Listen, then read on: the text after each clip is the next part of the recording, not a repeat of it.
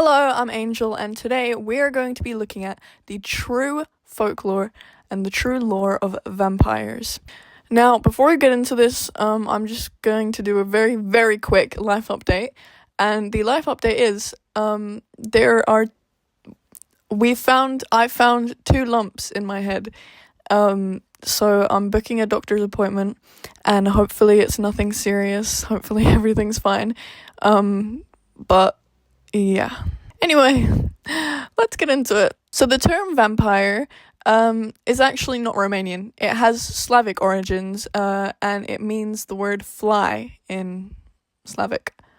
It means to fly or to screech, which connects vampires to witches and sorcery. The whole reasons vampires were created, like the whole backstory of it, is basically because people were scared of the dead and fearing death and the dead, and many societies linked the undead to disease and misfortune. Bram Stoker's portrayal of Dracula actually was significantly shaped by the existing folklore of witchcraft and the supernatural already. It was also significantly shaped by previous literary works, such as John Polidori's The Vampire. Now, Stoker's portrayal of vampires was more leaning to the side of seduction, like everything to do with seduction and the rich, and it created this relatable yet still terrifying description of vampires, whereas other literary works of vampires in that time were more just like bad, vampire very bad, vampire suck blood. But Stoker's representation was that they were very seductive. And because of Stoker's representation of vampires, it shifted from vampires being this horrible thing that scared everyone to this monstrous figure that embodied complex human traits. The belief in hungry spirits that required offerings plays a crucial role in the vampire narrative. In ancient cultures, neglecting the dead was thought to provoke them and cause them to give wrath, which led to stories of the undead seeking revenge and not being able to go before they got it. Revenge on the living. And this context is vital to understand why people were so scared and took so many measures against suspected vampires. So like we said, the vampire phenomenon has psychological roots. Societal fears about the undead often manifested in folklore. The fear of the dead returning to consume the living reflects a deeper anxiety about mortality and the unknown. The enduring fascination with vampires in modern culture can be traced back to all of the societal fears, ancient fears, societal anxieties. While there are so many portrayals of vampires being romanticized, the underlying themes of fear, death, seduction remain deeply rooted in the roots of vampires and how they came to be, which just reflects humanity's ongoing struggles with understanding life and death. The vampire's evolution from being this gruesome creature to being something romanticized and seductive, it really shows the societal changes in humanity and our fascination with mortality and desire and all of this stuff. Early folklore presented vampires as being disease-ridden corpses, while now they are just glamorous beings. I mean, take a look at the Vampire Diaries and Twilight, they're so romanticized now because societal fears have changed, okay? This is taken away from the script for a second. Societal fears have changed. We aren't so scared of the dead anymore. We are way more intrigued now, whereas back then, oh my god, if you were even thought to engage in anything to do with the dead, you were crazy and you need to be burned at the stake. Now, there is an incident called the Kisilova incident, and I'm going to pronounce this very wrong. This is where Peter Blahojevich was believed to rise from the dead and suck the blood out of every villager in his village. And this incident serves as a case study towards vampires and vampire hysteria. Sorry guys, I am just so tired. Like, what the fuck is happening right now? The origins of vampires' vulnerabilities, like garlic and wooden stakes, root from historical beliefs surrounding mortality, of course, like always. Garlic was thought to ward off bad odors that were associated with diseases, whilst wooden stakes were seen as a way to pin down the undead. The fuck? And this just reflects how society had no idea about the dead, and instead of trying to understand it really, they just made up folklore, because they were like, yeah, no, this must be true.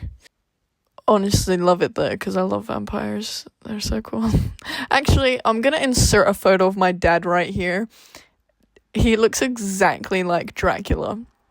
Like, my father looks exactly like Dracula, which is crazy. Which I think is actually really funny, actually, yeah, so yeah. The works of Polidori and Stoker played such a huge role in creating vampires and the vampire folklore, and in shaping the modern vampire narrative. Polidori's portrayal of vampires was this seductive, sophisticated aristocrats, paving the way for a romanticized image of vampires, while Stoker's Dracula paved the way for more of an understanding of vampires' weaknesses, like the stakes and the garlic. And it's become a staple in vampire lore. Everyone knows you get rid of a vampire with garlic and a wooden stake. That's just how it is. Now, there is an Egyptian god called Sekhmet, and basically she paved the way for what vampires look like, in a sense. Sekhmet had the head of a lioness, and she represented war and flames and destruction and fire and whatnot. Now, she was the vengeful manifestation of Ra, so she was Ra's daughter, and her whole deal was to get revenge. She was always dressed in red, which is a symbol of power, and I guess that's why vampires are associated with red as well, other than the blood. In one legend, Ra sent Sekhmet to get revenge on humans, to punish humans for conspiring against him. Sekhmet was sent to punish the humans, but later Ra wanted to stop her, and the only way he could was to give her a red-colored beer to drink. That's where the blood might come from, I don't know. Anyway, there are some real historical figures who actually kind of paved the way for vampires as well. Vlad the Impaler's brutality played a huge part in vampire lore. And Elizabeth Bathory was rumored to have blood rituals. And that kind of shows the link between real life and the folklore. Anyway, guys, I just wanted to get this video out, and I'm so tired. I don't know what it's from. Might be the lumps in my head, I've got no clue. But please subscribe and like and comment. I really hope you enjoyed. I'm so sorry that this video hasn't been too informative, I know. I just want to get a video out there for you guys. Next video will definitely be a lot better, trust me. But yeah, I'm thinking on maybe doing a series on this, like werewolf witches, like I said in the beginning. And yeah, more fun fact videos will come, because I know you guys enjoyed that. I've decided to scrap the cave exploring idea, because I looked into it and I realized that it absolutely bored me. It was so boring. So yeah, I might do another video on the vampires, if, if it does well, obviously, and if I feel like it, because it's my channel. But yeah, sorry that I've been very exhausting, but maybe this is a good video for those who I know watch, because it's just very calming to them and they like my voice apparently. Thank you. Thank you guys. But yeah, thank you for watching. I hope you enjoyed. Please subscribe, please like, please comment. Guys, we've reached over 190 subscribers, 193 subscribers. What the fuck? Thank you guys so much. This is crazy to me. I can't even believe it. I'm thinking of maybe doing a video where I buy a cake and put some balloons up and we'll just celebrate. And maybe do a deep dive on birthdays. That could be funny, actually. Okay, but yeah, love you guys. Bye.